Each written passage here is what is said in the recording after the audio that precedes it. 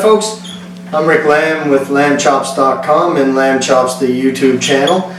And joining me tonight is our first special guest, Julian Traverse with Traverse Analogue. And this is his website just right here. And he's here to talk about, well, first of all, second of all, we're going to demo his amp. We're going to start off with his line of audio products, but first we're going to talk about how I met Julian first when he was 13 years old and I worked at Music Stop, and he came in with his grandma to buy a Martin HD 35, and of course, you know, she was buying this big gift for him because he was the world's greatest guitar player, like every son or grandson is. And sure enough, he picked up this Martin and started playing bluegrass and just tore it to pieces, and I was just like, holy shit, who's this kid? But anyway, he's moved on from that. Well, you still play, obviously, and you still got that Martin, right? Absolutely. Yeah, 17 years ago. Anyway, you've moved on with Traverse Analogue. Why don't you tell us a little bit about how you started it, Julian?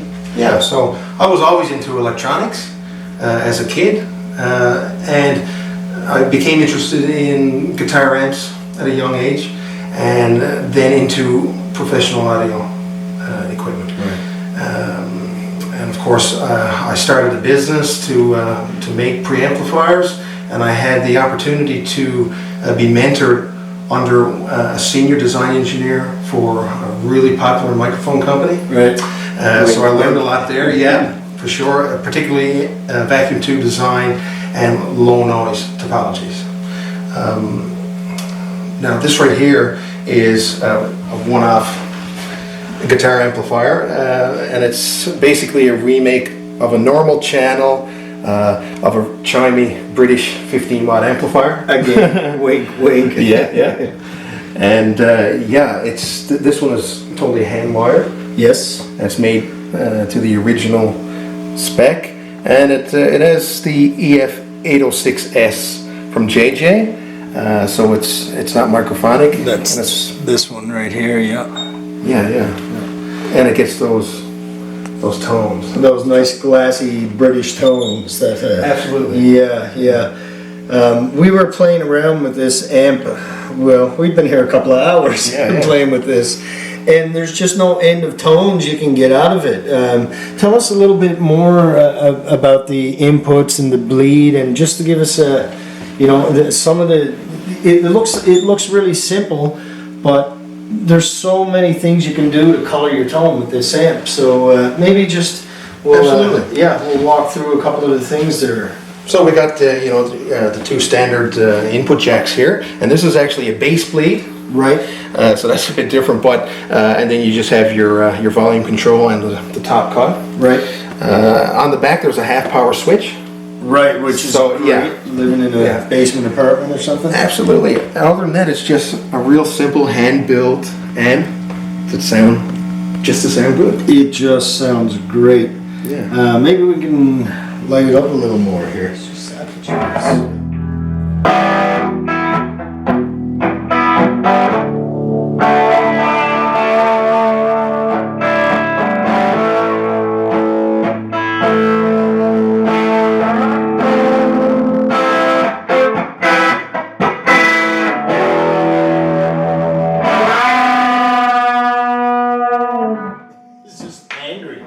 If you want it to be, but then, I mean, you could flick it back here, and we were doing a lot of this earlier, it's just from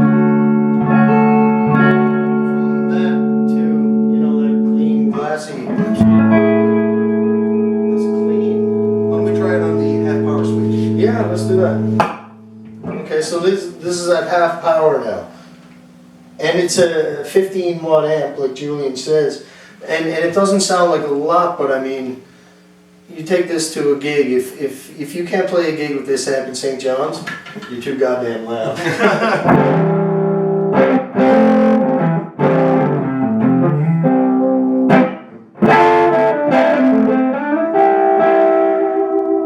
Yeah, just so many different variations you can get out of this amp. So now now we played the SG. I had my SG Classic with a couple of P90s in it, playing through Julian's 15 watt hand built amp head here. And now we're going to run it through a Stratocaster, which is really cool. You know, you saw my video probably about the O'Reilly Strat, which I can't put down, and I love this thing. And to feature this with, you know, some locally grown other product is, I think is really cool. You know, so yeah, for sure. We'll give it a little bit of a clean tone. So just let everybody know what kind of setting we've got here now, Julian. Yeah, for sure. So it's still on half power mode. Okay. Okay, and the bass bleed is off, and we just have we're up on about 8 here on the volume and no top cut. Okay.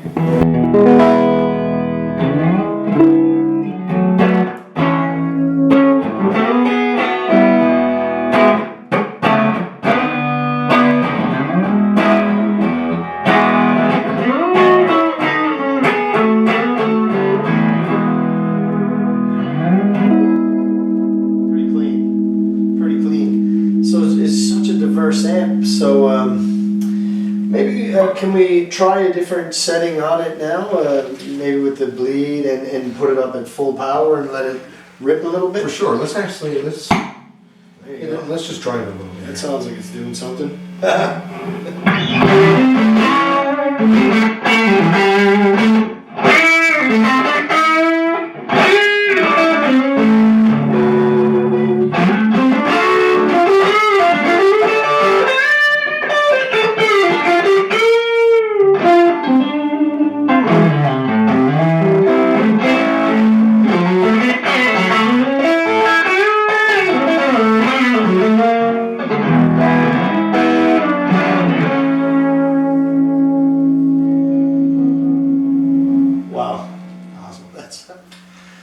So Julian, tell us about your product line. You've got your flagship 652 and a new DI that you're looking to release in 2019. Yeah. So can you tell us about some of the different product lines or products within the 652 series and your DI? Certainly. So the 652 is a dual topology vacuum tube, solid state, all discrete preamplifier. And it's traveling around studios in Canada as we speak, and my products are currently distributed through HHP Canada. Right. And there's also a new DI design that is a dual stage FET bipolar transistor design, and it's meant for direct recording, obviously, right. And it can also be used between an amplifier and a speaker, right. So you can catch that tone directly and put it in through your favorite preamplifier. Sure, right. And we've got an actual mutual friend at HHB, David Dysart, who's he kind of latched on to Julian, and I mean, David deals with, he deals with Eddie Kramer, who produced Jimi Hendrix, and he latched on to Julian. Like, his stuff is very, very seriously made gear. There's nothing cheap. Can you, well, on the guitar amplifier, back to that for a second, can you walk us through some of the heavy-duty components that you use there? Yeah, sure. So this it's an all aluminum enclosure, this particular one, but it uses all of the heaviest duty potentiometers and components that I can find, and high-quality Sauter transformers from England, and it's meant to be, you know, military spec. Yeah, it lasts forever, type of equipment. It weighs a ton. Like, that looks, it doesn't look like much, but that thing weighs a ton. And anyway, we were talking earlier about how heavy it is, and Julian says, you know, the best way to pick this up, he just grabs it right here and by the choke, by the choke, and up it goes. Yeah, it's sort of a display piece. It's meant to show, you know, the amplifier. Yeah. You know, so it's meant to sit on top of a cabinet, obviously. Yeah, right. Yeah. So let's get back. So within the 652 line, you've got, again, quite a diversity of products within that one. So You've got quite a few out there in the marketplace now. You said you had like 20 preamps out there right now, and some pretty big hands, you know? Yeah, there's currently 20 preamplifiers altogether. There's 12 production models and 8 prototype models. Yeah, pretty bright future for 2019, I think. Thank you. And keep your eyes peeled for his products. And guitar players, check out these amps because they're just absolutely ridiculous. And he's going home with this now, and I really don't want him to. So anyway, guys, thanks for tuning in tonight. This is our first special guest, Julian Traverse, and I'm Rick Lambe from lambechops.com. Thanks for checking us out.